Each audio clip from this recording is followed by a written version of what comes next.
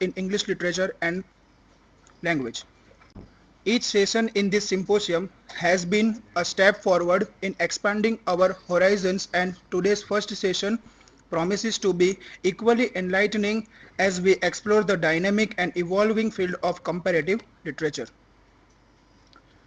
This session is centered on the theme Changing Perspectives of Comparative Literature, a topic that invites us to reflect on how literature transcends boundaries, cultures, and time to reveal universal truths and shared human experiences.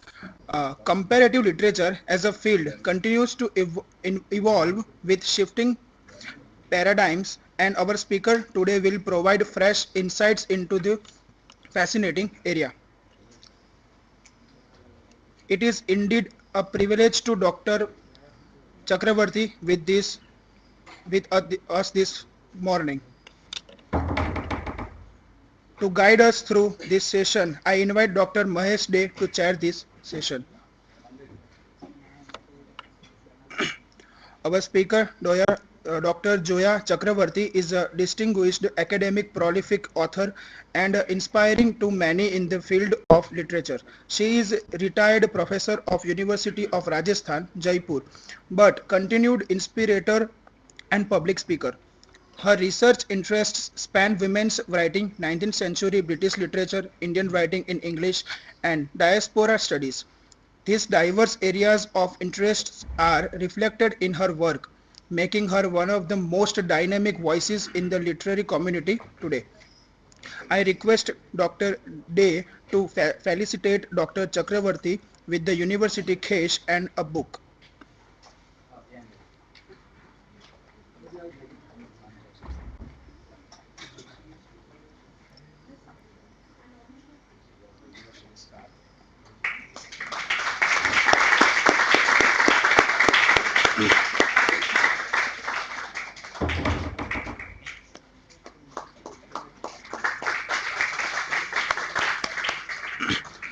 Thank you, sir. Then without further ado, I invite Dr. Chakravarty to come on the dais and proceed this session.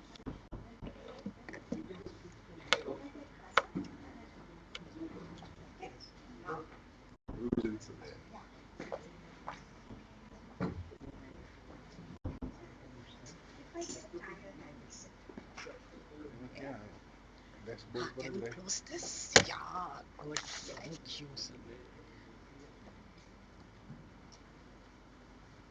चल सकता laptop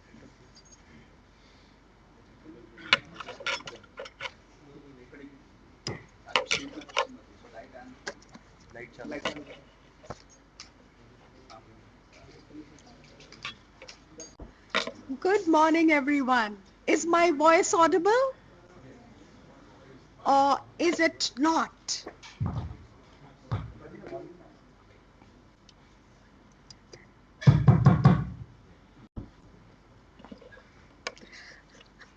Okay, good morning, everyone. How are you?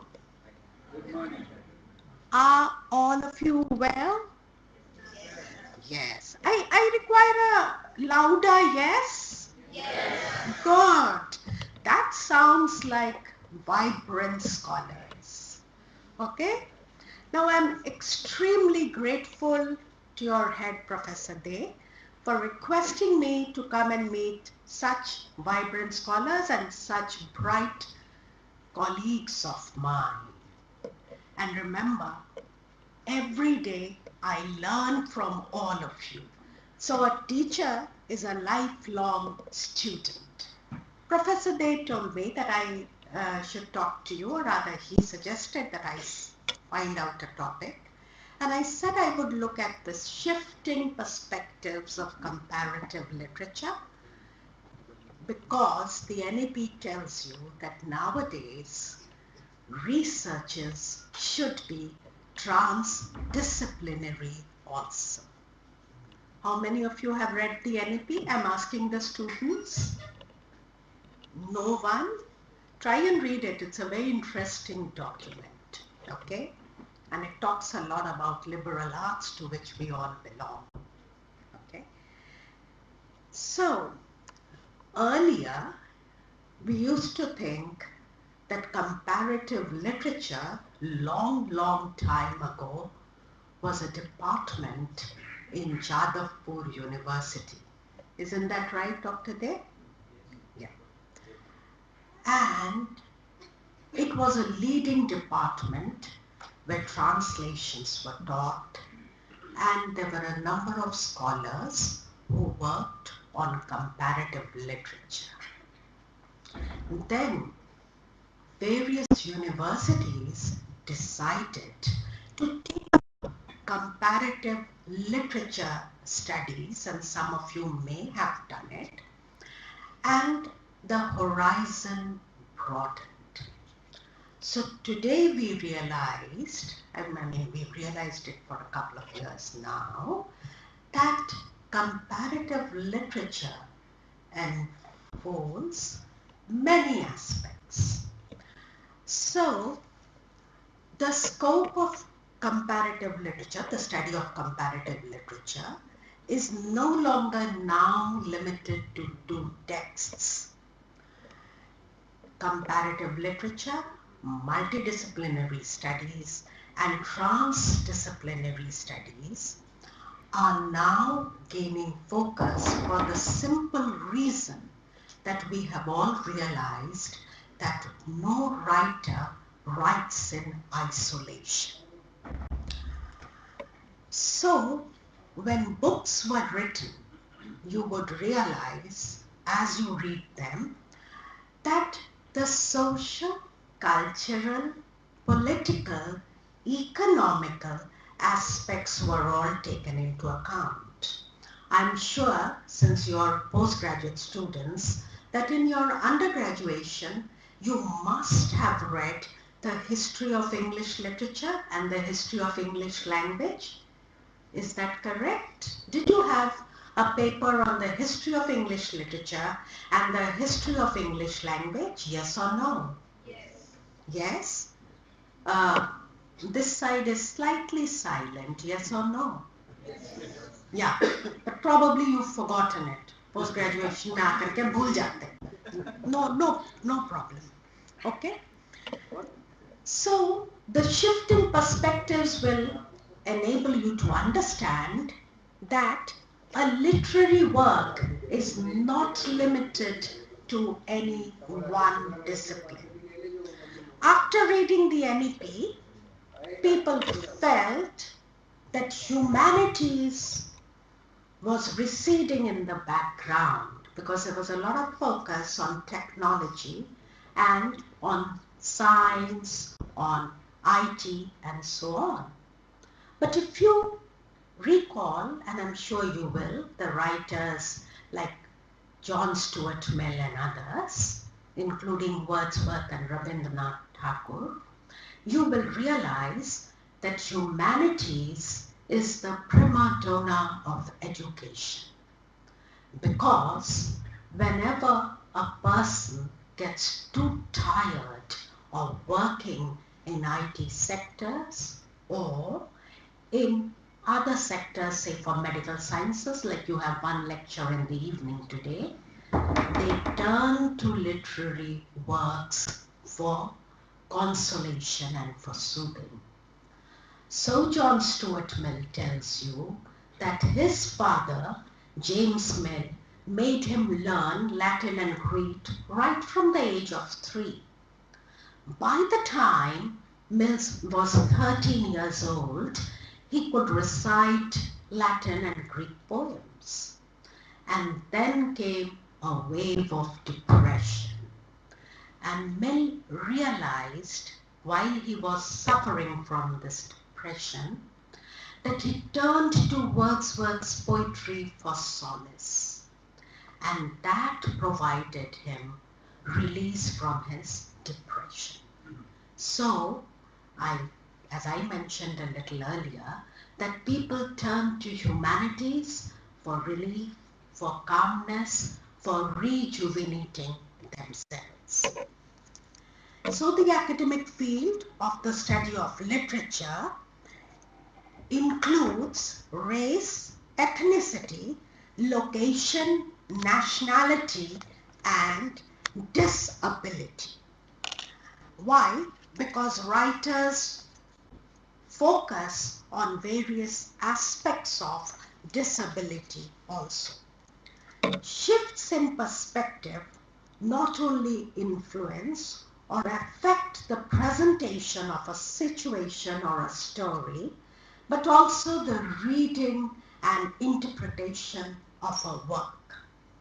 Literature enables us to understand the cultures, customs, and traditions of various regions, nations, groups, and various components that have shaped both the writer's life and in turn the presentation of the characters that the writer is giving. The Longman Dictionary of Contemporary English, edition 2009, defines the word perspective. Quote, by the way, how many of you have a dictionary that you carry, not in your mobile, but a solid one? How many of you have it at home? Good. When was the last time that you pulled it out of the bookshelf and looked at it? You don't remember? Why? Because आपका mobile आपको बताता है ना? Isn't that correct? But remember that a survey tells you that the Longman Dictionary of Contemporary English and the Oxford Dictionary, the advanced learners, are two of the best dictionaries that a student must always have by his side to understand how words change their meaning when used in context. Okay? So the Longman Dictionary says that perspective, and I quote, a way of thinking about something, a sensible way of judging and comparing situations so that you do not imagine that something is more serious than it really is. From someone's perspective, a view, especially one in which you can see a long way into the distance. Unquote, page 1297. Now, this meaning will help you to understand how perspectives change from time to time, from situation to situation, from locale to locale, and from age to age. How do writers' perspective change when they write about the same issue? The perspective of the photographer, the sculptor, the painter, the visual artist is outside the purview of my talk. So I'm not going to look at that. Now, when you were a child going to school, what did you think of your school? That the teacher would give you homework every day and road subot karke jana hai, okay? And you hated your school. Isn't that correct? And now in your post-graduation, you recall with fondness your school, and when you meet your school teachers, the ones whom you disliked earlier, now you greet them lovingly. Isn't that correct? Yes? And sometimes with great nostalgia, you visit your school. Is that correct? So you see, your perspective has changed. Initially as a child, you disliked your school to the extent you would get irritated with your parents ki roz mujhe bhej deto subah subah school. Okay? And now you look back with fondness. So that's what the dictionary is telling you, that perspectives change. Men and women have different perspectives, be they expatriates, diasporic writers, or writers living in the same country. The question arises, why do perspectives change? And why do men and women differ in their perspectives on the same issue? It is because our life is a transdisciplinary mind field, which includes, as I stated earlier, language, literature, history, political science, sociology, anthropology, law, cinema, media, tradition, and culture. These shape our mindsets, and therefore the reader's perspectives differ when they read the same textbook or they discuss on the same topic. Also remember that our perspectives differ because our understanding, our linguistic ability to comprehend what the writer is writing about, maybe that is limited. How many of you have read Gayatri Spivak Chakravarty's Companion?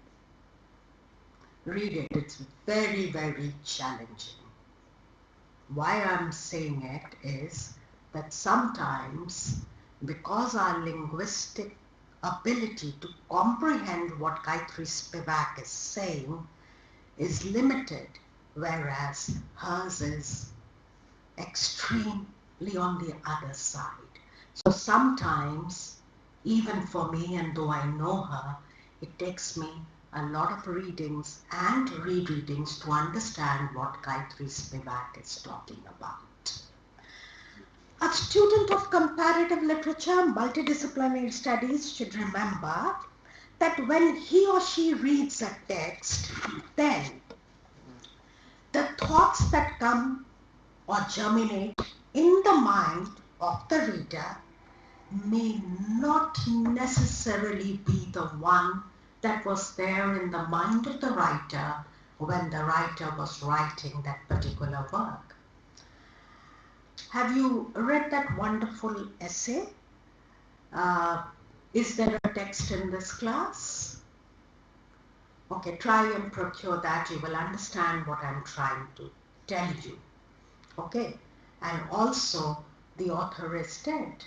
That is, once the author submits a work in public domain, then the author's views are not taken into account.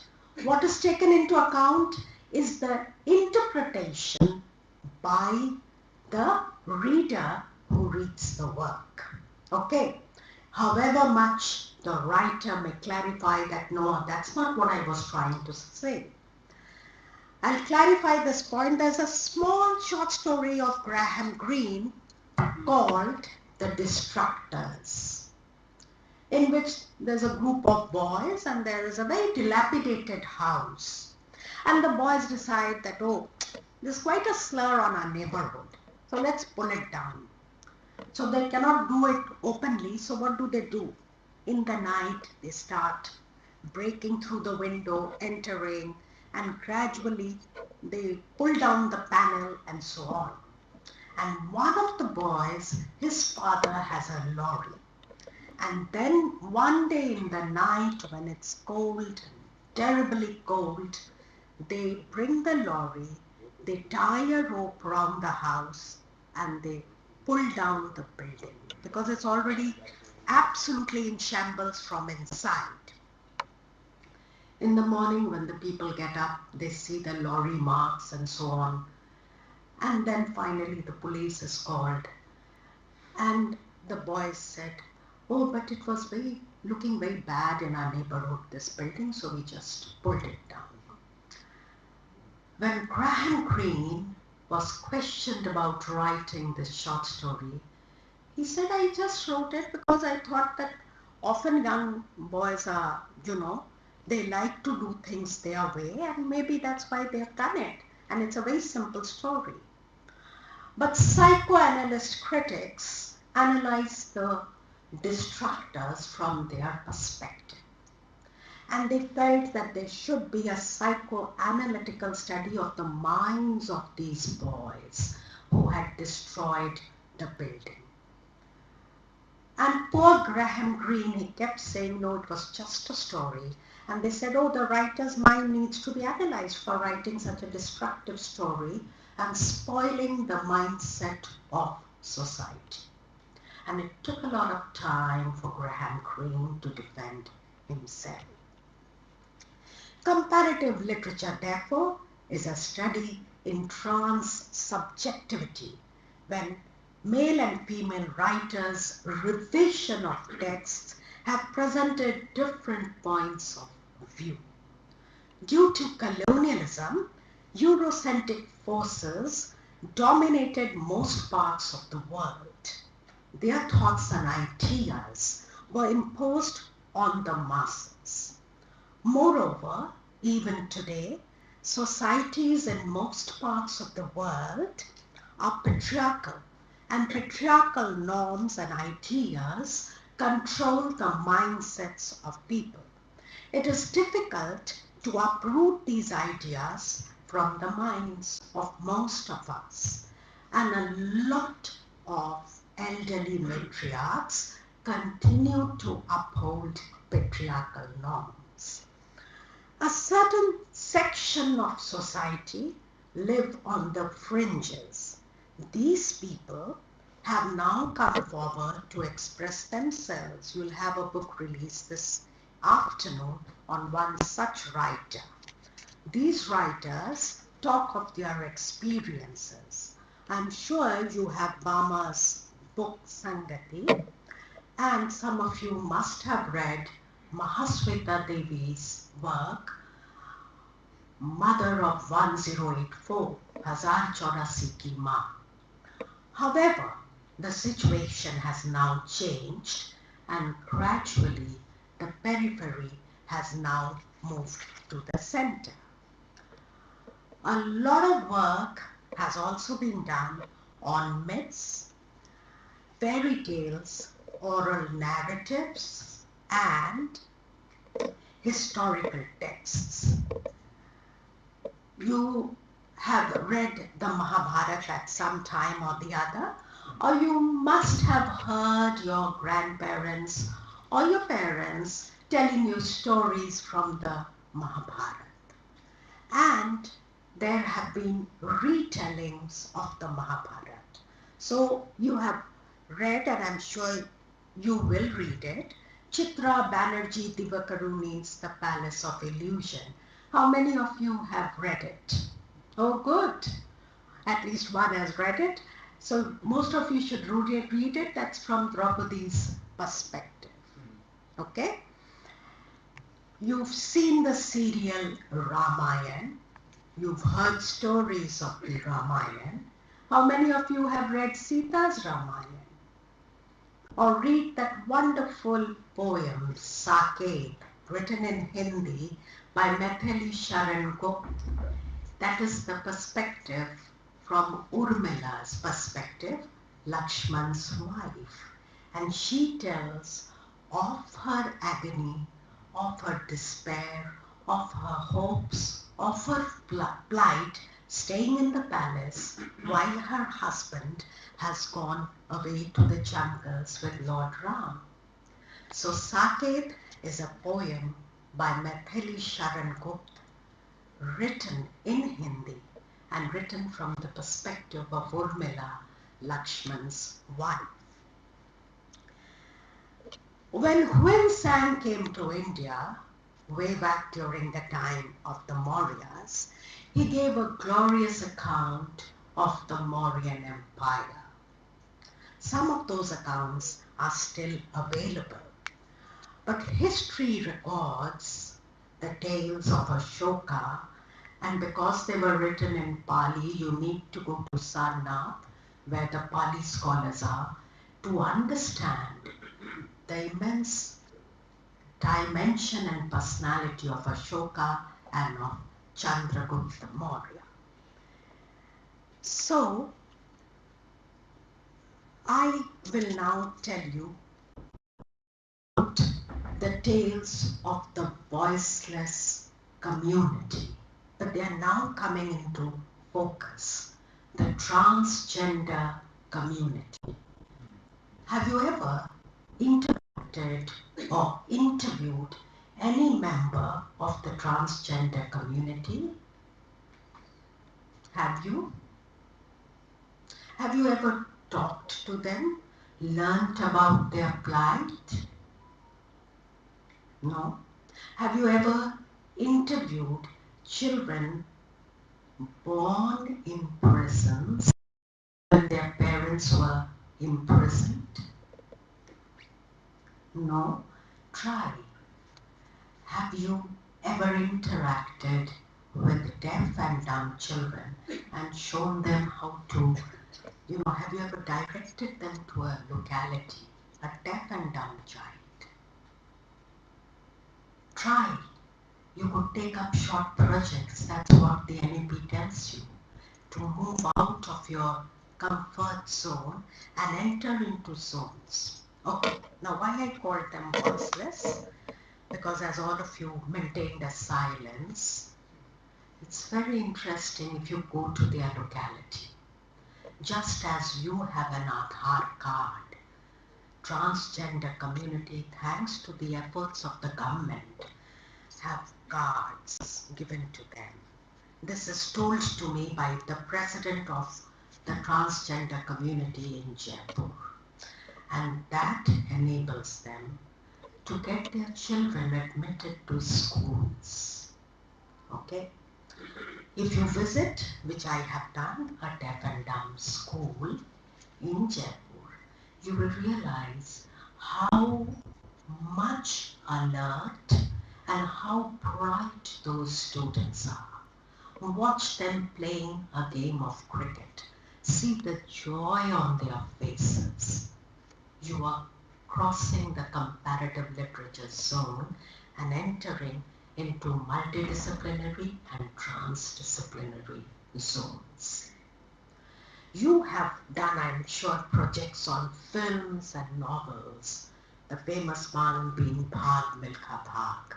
Okay? The Race of My Life, Milkha sings. That book, Bhag Milkha Bhag, the film and the book, The Race of My Life, there is a lot of difference in presentation. Can you, any one of you who's seen the film and read the book, tell me why there is a difference in presentation? Have you seen the film Bhag Milkha Bhag? Yes or no? Yes. Okay. Have you read the book The Race of My Life? No? Film No problem, no problem. Okay?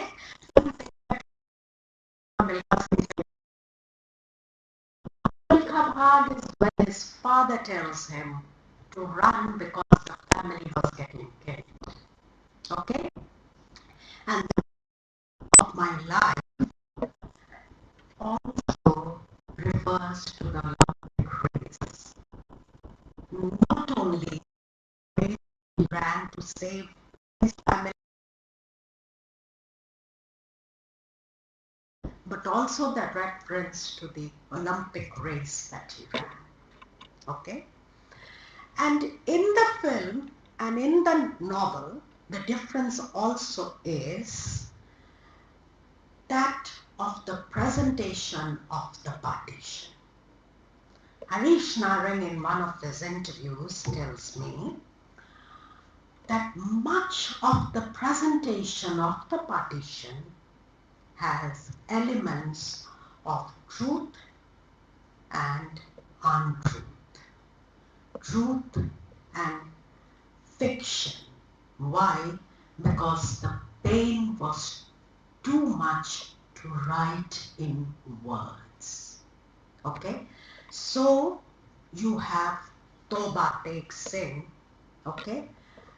But the pain of the partition, as Harish Narang in his book tells me on the partition, that it was too difficult for people to write about their experiences.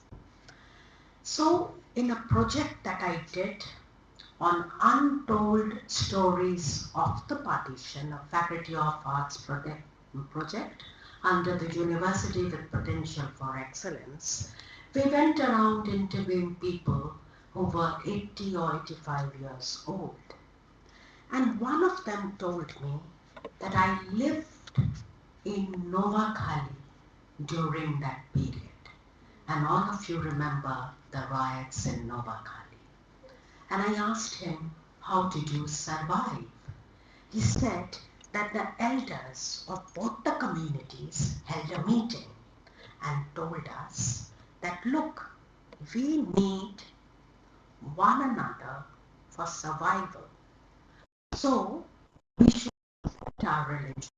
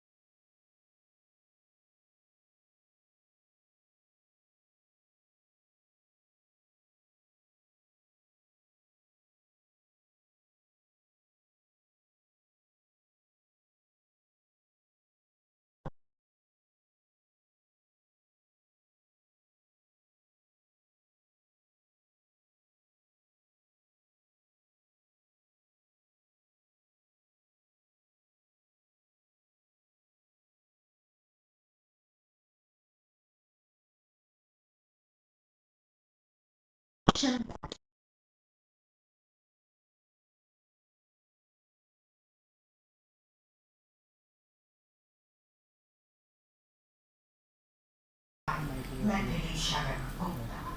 And here I will now tell you how when you read, you almost retain and anticipate what the text is going to tell you.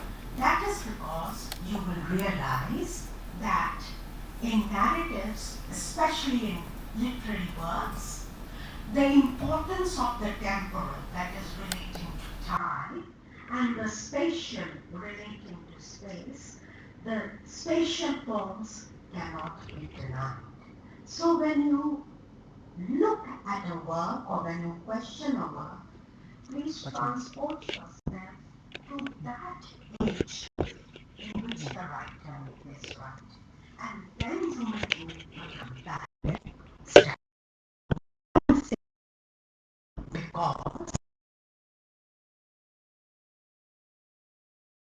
everything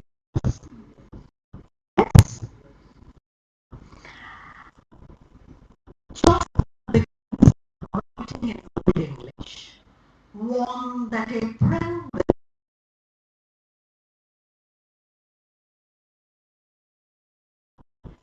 in the month go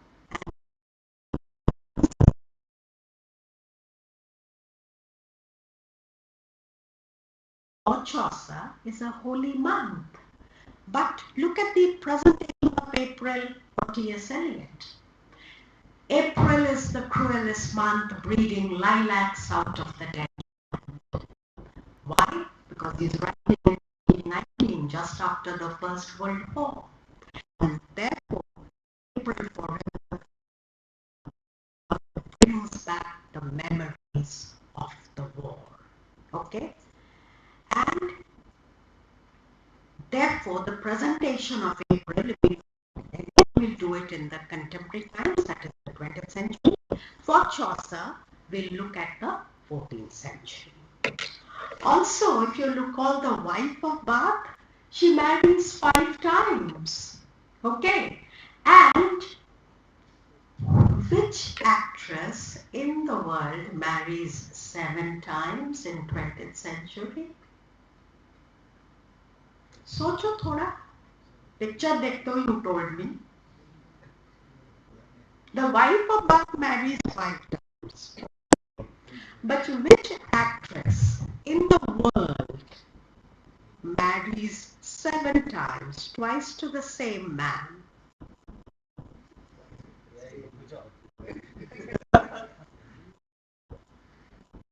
Picture.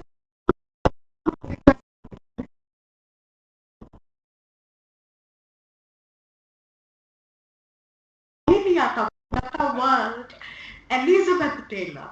So, in the 18th century, the wife of Bath marries 5 times. So look at progressive society then. I'm trying to tell you that if you evaluate Chaucer according to 14th century norms, look at the progressive society then. Elizabeth Taylor marries 7 times.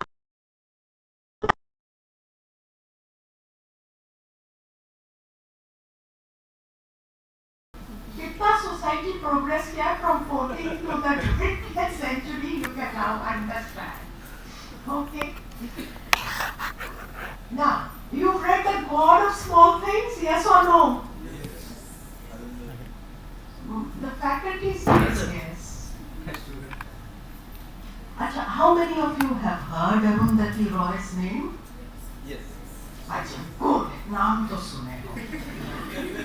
Arundhati Roy was awarded what prize? Sir, you're not supposed to prompt. The scholar is saying. Okay, the scholar is saying. Okay, thank you, sorry. So, she brought India to the limelight. Parts of the book is written backwards. Okay, the trick that Roy inherited from Roald Dahl, who wrote novels backwards, and he wrote children's fiction. So you have is your trot, teg regib regib, imokno is your trot. What does it mean? You have not read Roald Dahl, I'm quite sure. Very famous children's novelist. He writes backward means is your trot, tortoise, get bigger, bigger. Is your trot, it's your trot, teg regib regib, imokno is your trot. Come on tortoise, come on tortoise. This is a child telling the tortoise, come on, get bigger. Why are you so small? Arundhati Roy, in The God of Small Things, presents a novel from a child's perspective and deftly moves across time, taking the reader from the character's adulthood to childhood at various times during the course of the study. Such narratives have been there earlier. Have you read Wuthering Heights? Brontë भी नहीं पढ़े हो. आपका तो course बहुत exhaustive था. Professor Sunil Shah had sent me the syllabus. Okay, in 19th century, which novels have you read? 19th century British literature. Hardy? Far from the madding crowd?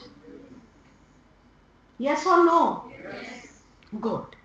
So you remember Sergeant Roy? Okay.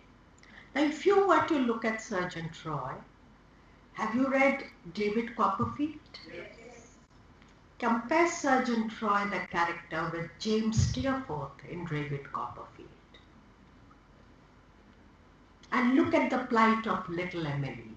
The same plight that Fanny has and Bathsheba has.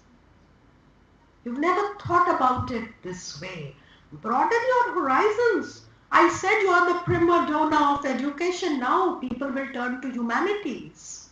As we become more the world of AI and chat GPT, people will look to humanities. Broaden your horizon. Do transcontinental studies. So in Wuthering Heights, you have a remarkably complex art of narration. The novel has 34 chapters and begins with the arrival of Mr. Lockwood as a tenant to Thrushcross Grange, a property rented from Mr. Heathcliff of Wuthering Heights. The story, as I said, is divided into 34 parts, initially told by Mr. Lockwood, who undergoes a nightmarish experience when he spends a night at Wuthering Heights. In this novel, Bronte makes use of the supernatural element right at the beginning. Okay? Are you fond of reading supernatural tales? Yes, good. Dracula dekhe ho picture? Were you suitably afraid? Have you read Gothic? Oh, you were not afraid. Good. Have you read Gothic tales? Poe, which work of Poe have you read? Edgar Allan Poe.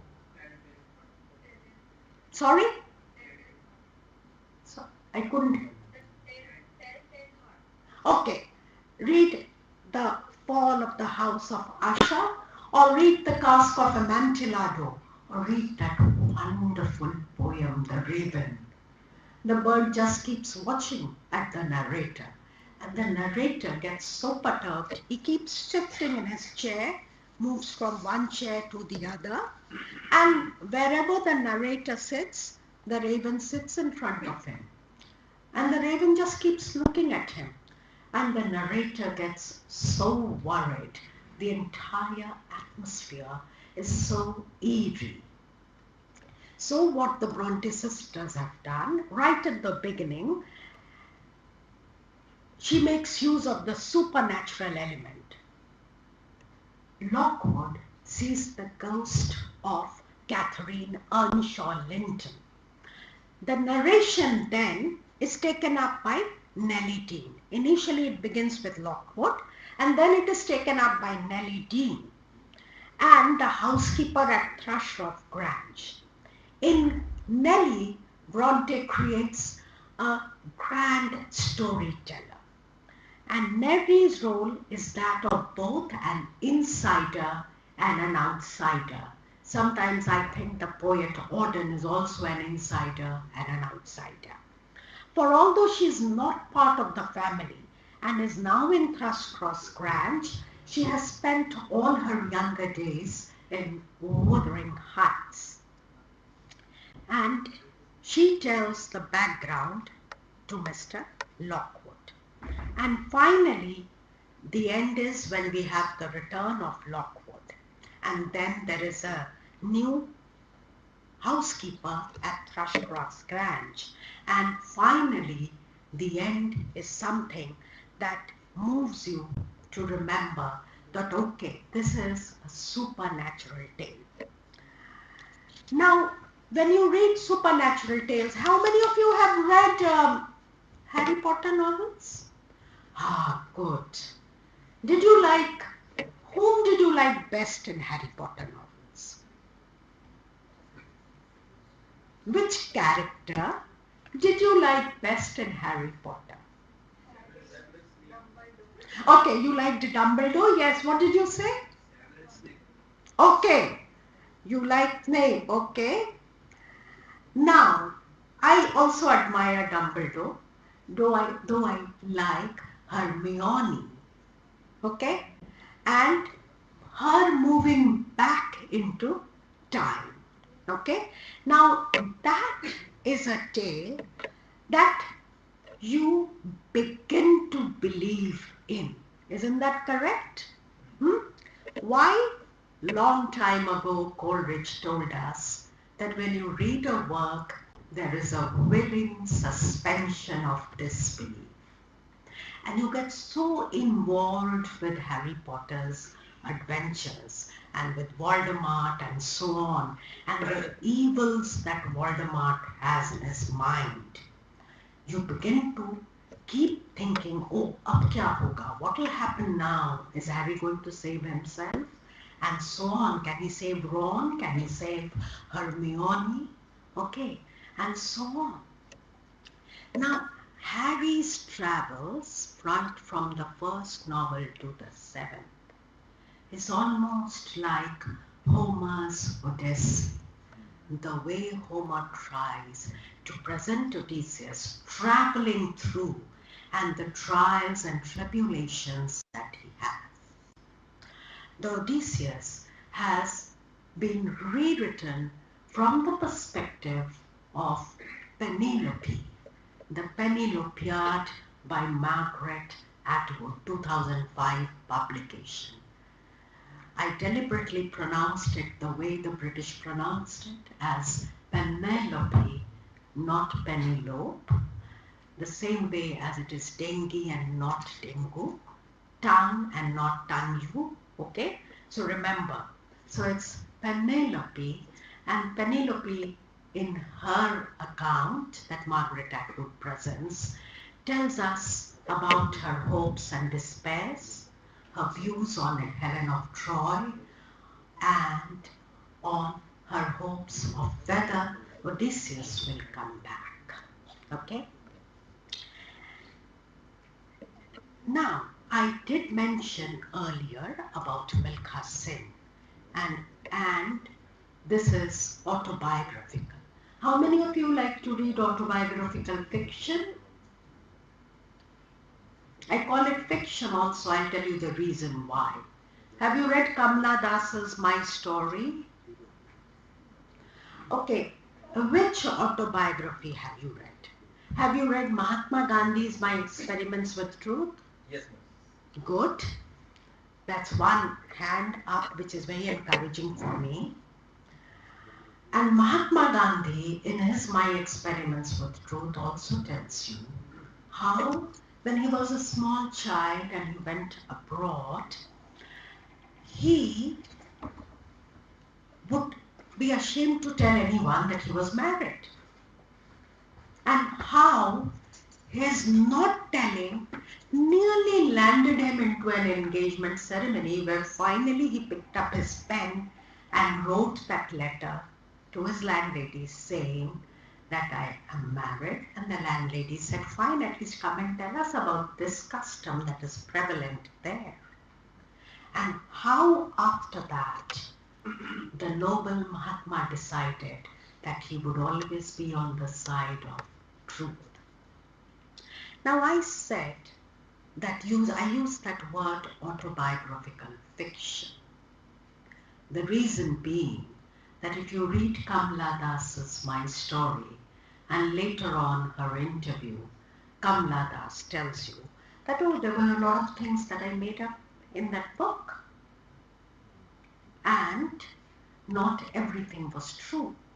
And therefore critics tell you in the book called Culture of Autobiography, Construction of Self and Representation, Roy Pascal tells you that autobiographies are, or they can, begin at any point of time.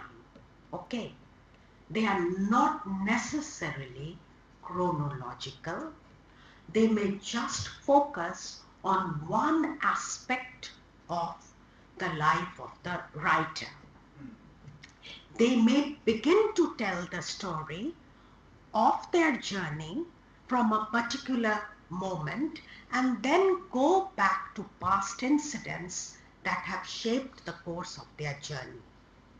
They may also focus on only one part of their life and on only certain experiences to illustrate their point. As the author looks back at his life's history, he chooses to comment on ideas that have shaped his mindset and how from that shaped mindset he has viewed the people therein. So, that is why I said when you read Milkha Singh's autobiography and you see the film, then together when you correlate them, you will see the change in perspective. Now, have you read Shakespeare's Hamlet and Othello? Good. In Hamlet, Hamlet's ghost, father's ghost, tells Hamlet how he was murdered. His father's ghost tells him. And the ghost tells him to take revenge. Now, when you see the BBC production of Hamlet, the film, then you can read Hamlet's mind through his facial reactions, which is not there when you read the text. In the text, you do not get to see Hamlet's facial reactions, which is there when you see the BBC production. You also see how perturbed Claudius's mind is. The reason why I feel that when a text is prescribed and if a film has been made on the text, then scholars are advised, or teachers of English literature should be advised to show the films there.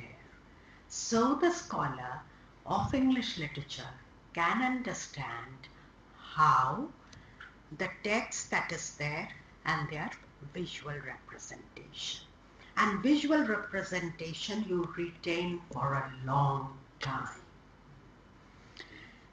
So, Hamlet's final dilemma is that we are all Hamlets without being the Prince of Denmark.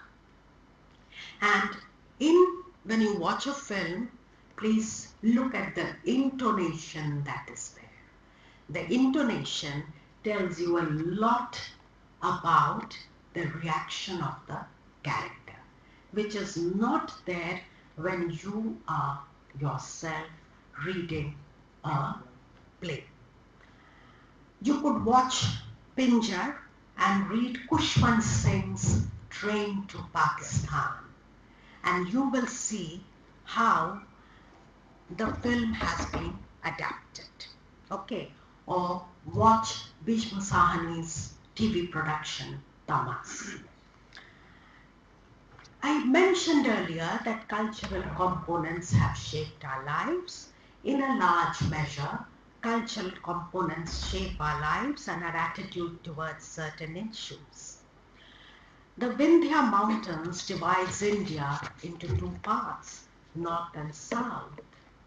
If you are posted in the south and you watch their festivals, you will realize that your perspective of their culture living in the north was very different from your participating actually in their cultures. When I was coming to Surat, on the flight with me, there was a person from Fiji. He was sitting right beside me and speaking Hindi very fluently. And I said, "Aap Surat ke hai kya?" He said, "No, I'm from Fiji."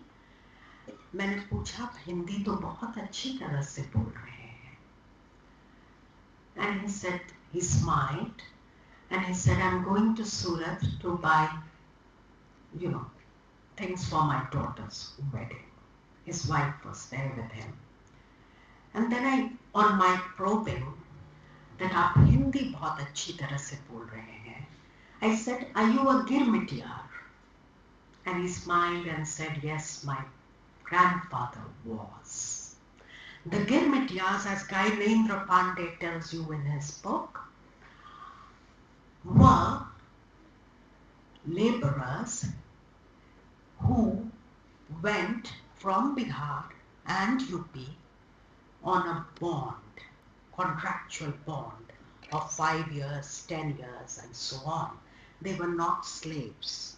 Okay, they carried with them their culture, their conventions, and they carried the Ramayana with them. That Ramayana, carried by the initial settlers, is still there in the University of Trinidad. So the Vice Chancellor told me, who had come to the university to interact with us and to tell us that he was going back to his village from where his grandfather had come. So this gentleman whom I met on the flight said that his grandfather was one such laborer who had gone there and decided to stay there. But they still carried those customs and conventions. He was not from Gujarat, he said they came from Uttar Pradesh. So perspectives therefore change, but you try and retain your culture, your convention, as you assimilate and you adapt and adopt the customs and conventions of that place where you have gone. So your perspective, that is why changes when you read a work. Intercultural perspectives, therefore, have shaped our mindsets, and there is a mixing and blending of apparently different modes of experiences. Readers who read books on intercultural studies develop a better understanding and tolerance of those who are different in various ways. The writer's description and commentary on the social landscape helps the reader to arrive at a mature evaluation of a hitherto unknown cultural text. How many of you write? Are you writers? Do you write a diary, poem, short story, blog, or write on the Facebook? बहुत ही कम yes है, but Gujarat is supposed to be very advanced technologically. One, I see one hand raised. 2, 3, 4, 5, 6. 6 hands raised. What do you normally write? Yes, thank you. What do you normally write? Do you write a short story, or do you write a poem, or do you write a blog, or do you just do jottings of a wandering mind? People who raise their hands, if they can just tell me, because then I'll tell you what is creativity. And may I sit down? I'm a little tired now.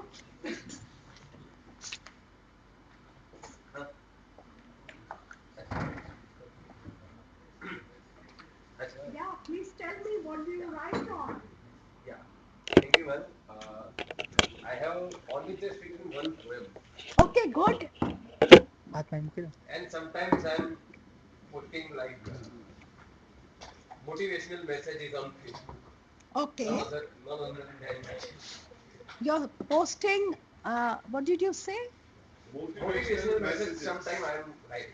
On the Facebook. Yeah. Okay, good. That's very good that you're posting motivational messages. And are there responses to those motivational messages? Yeah. Okay. So, what type of motivational messages are? I would like to have this in focus because I'm very proud to wear this. What type of motivational messages are they? Are they moral, or are they the ones to encourage people? What type? Can just give one little example? Ma'am, to encourage the people. To encourage the people in every way. Yeah. Okay, which is very good. Anyone else? Yes.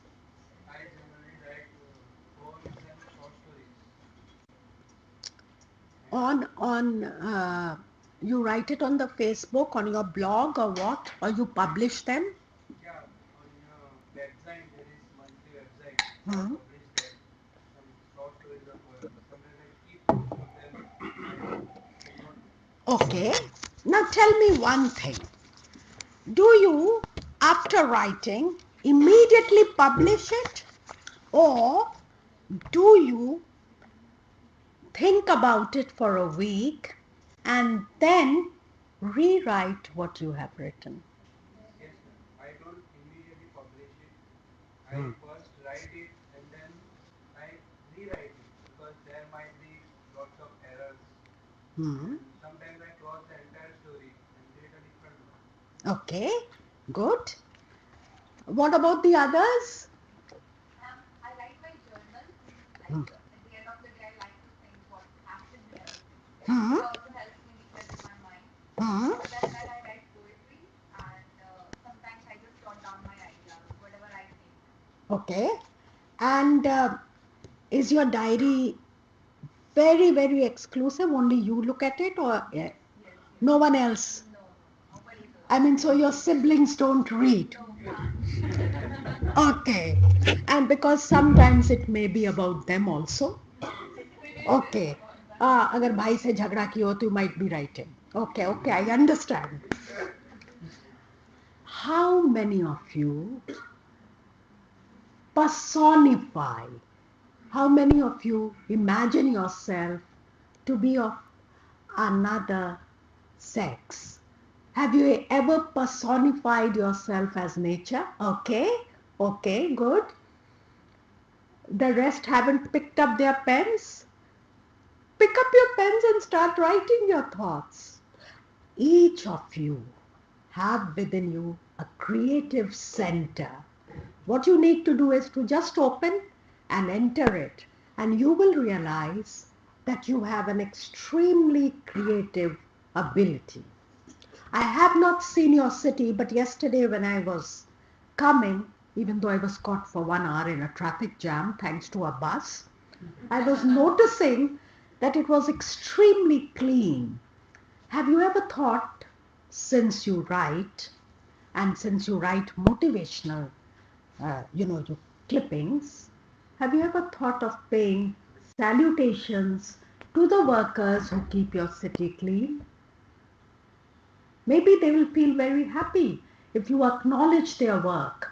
That okay, even the youngsters are acknowledging our work, and of course the government is paying us. But sometimes when a common person acknowledges them, then they feel extremely happy. And you will realize that what you do to motivate others, you should begin by practicing yourself. Do you, since you write motivational clippings, do you motivate yourself also? Obviously, ma'am.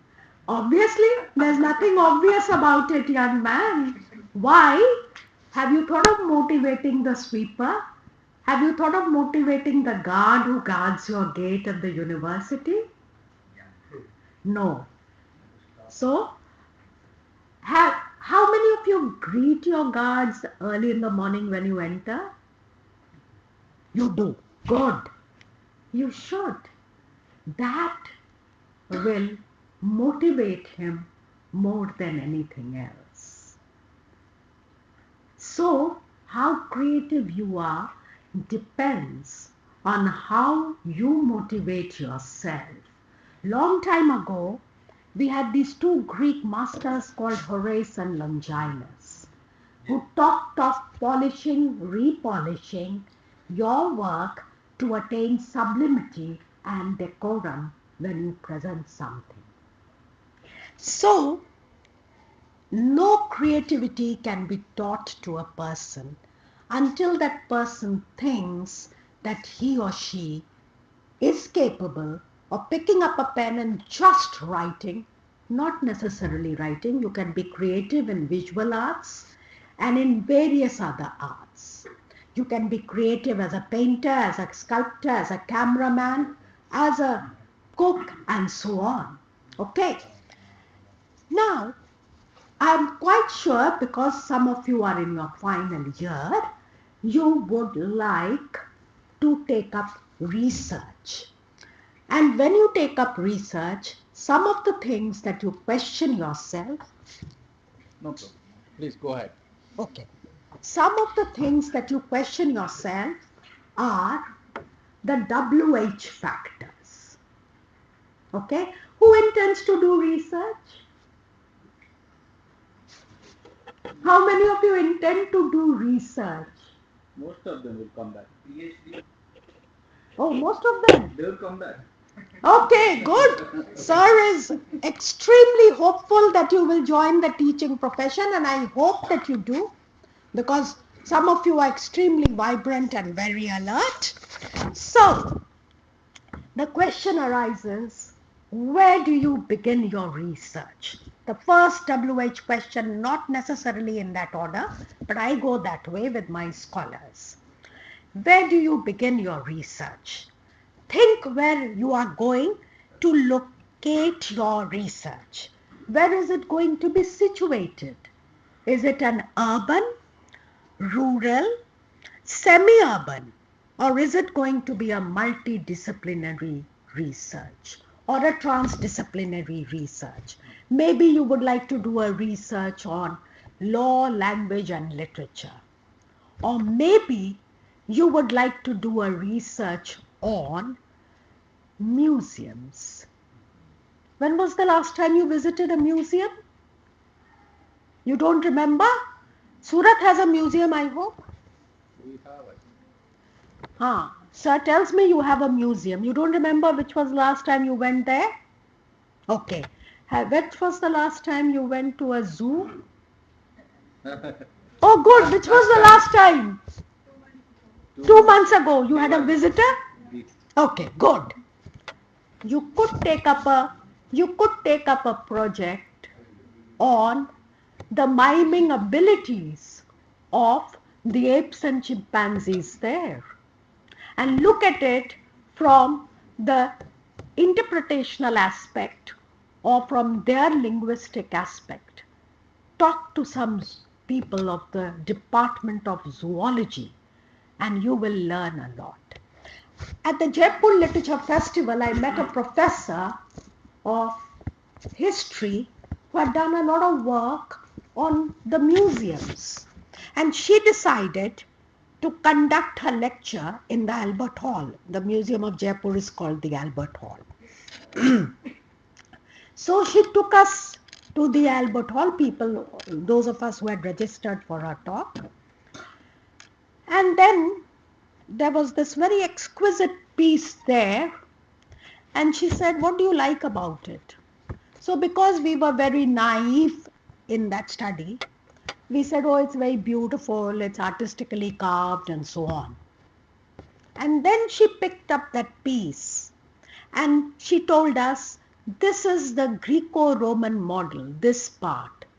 And this part of the design is the influence of the Mughal. So he must have been a slave who was brought from Greco-Roman during the Mughal period to India, and therefore the base is Greco-Roman and the part is the Mughal influence. Now when I go to a museum, I look at it just for the sheer pleasure of it. But her intense knowledge told me that, oh wow, research, if you think where can it begin, it can begin in a museum. Okay. And that in that Albert Hall we had a mummy. It's still there, a mummy is there, an Egyptian mummy, and a long note is attached to it. And then because she was an authority, so they opened it for her. We were not allowed to touch it. And then she told us that the dress of the mummy, the material, what century it was, because she was basically a professor of history. Okay. So you see her in-depth knowledge is worked in that area. Okay. Some of the novels of Agatha Christie are from Egypt. Why? Because her husband was an archaeologist, and therefore Agatha Christie had a lot of knowledge of Egyptian art and culture. So where do you begin is the first aspect, that where do you think your work is going to be situated, your research is going to be situated. After having thought about that, then you begin to realize that when can I begin my work? For that when to occur, you need to realize, or you need to go back to a lot of literature review. When was the last update on that work that you want to do on?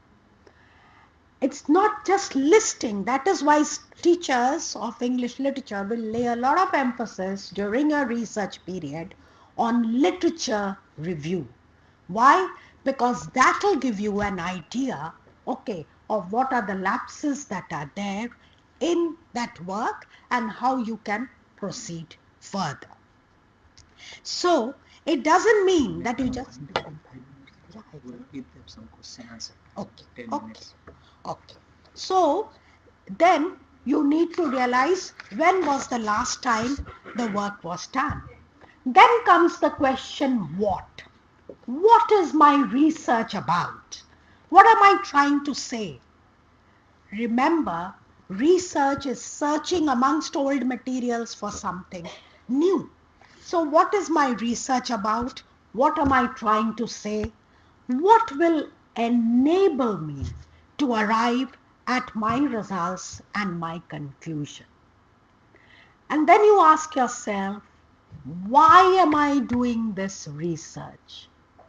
Sometimes you should do a research for the sheer pleasure of it, not because your supervisor told you. PhD करने के बाद, please take up projects for the sheer pleasure of it. Sunil, what project have you taken the last time? I have a lot of, lot of paternal feeling for Sunil because I have known him for a long time. And every time I talk to him, I tell him, Naya kya padhe? And poor Professor Sunil has to answer me. The rest of the faculty is saved from this torture. Okay. So you see, you have to, when you take up a project, you have to think, what am I trying to say in this project? Why am I taking it up? I had a project on women's perspective and their role in shaping important men. One was an interview of Jagjeevan Ram's wife. I'm sure you've never ever seen her. Jagjeevan Ram was a defense minister of India, one time a dynamic personality. He stayed in my maternal grandfather's house, and therefore I knew the family very well. And his wife presented an entirely different perspective. And so did his daughter, Meera Kumar, who was later on the Speaker of the Lok Sabha. So what am I trying to say? And as I said, why am I doing this research? Do it for your sheer pleasure. Don't do it. Okay, UGC rule says that you must have project. That's another point. But you can just do it for your own pleasure after you have secured all those points. Then comes the question, who is it going to benefit? Is it going to benefit scholars, or is it going to benefit the common mass? Am I working on a field that will benefit the people? If so, please go ahead.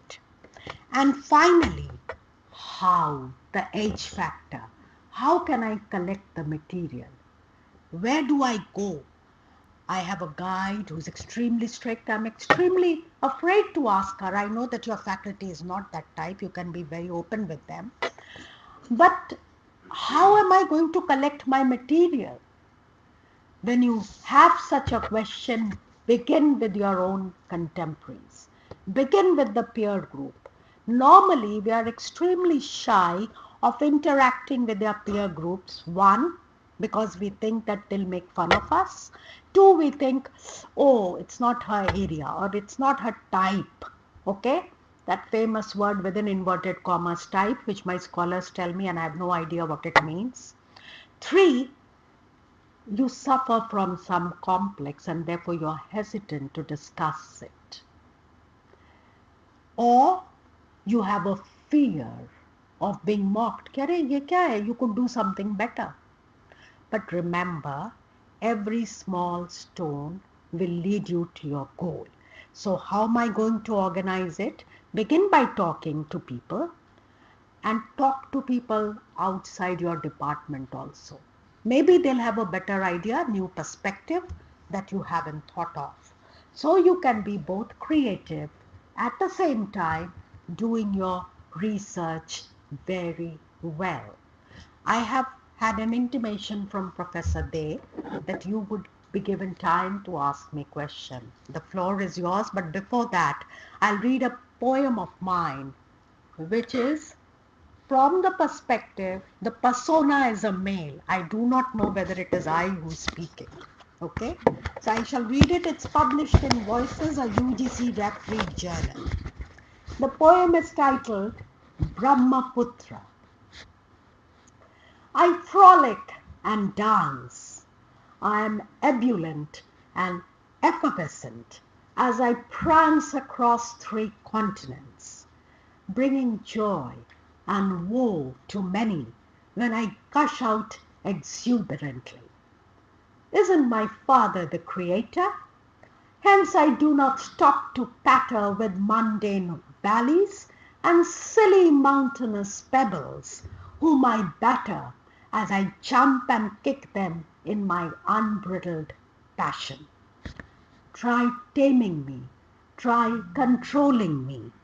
I am proud and vain as I tumble into the sea, for I am the son of Brahma. Yes, I am the handsome glamour boy Brahmaputra. Thank you.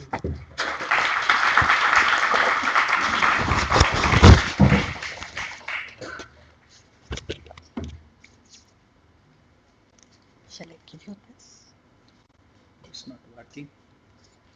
इसको आगे कर I don't know. It's not. Please have it with you.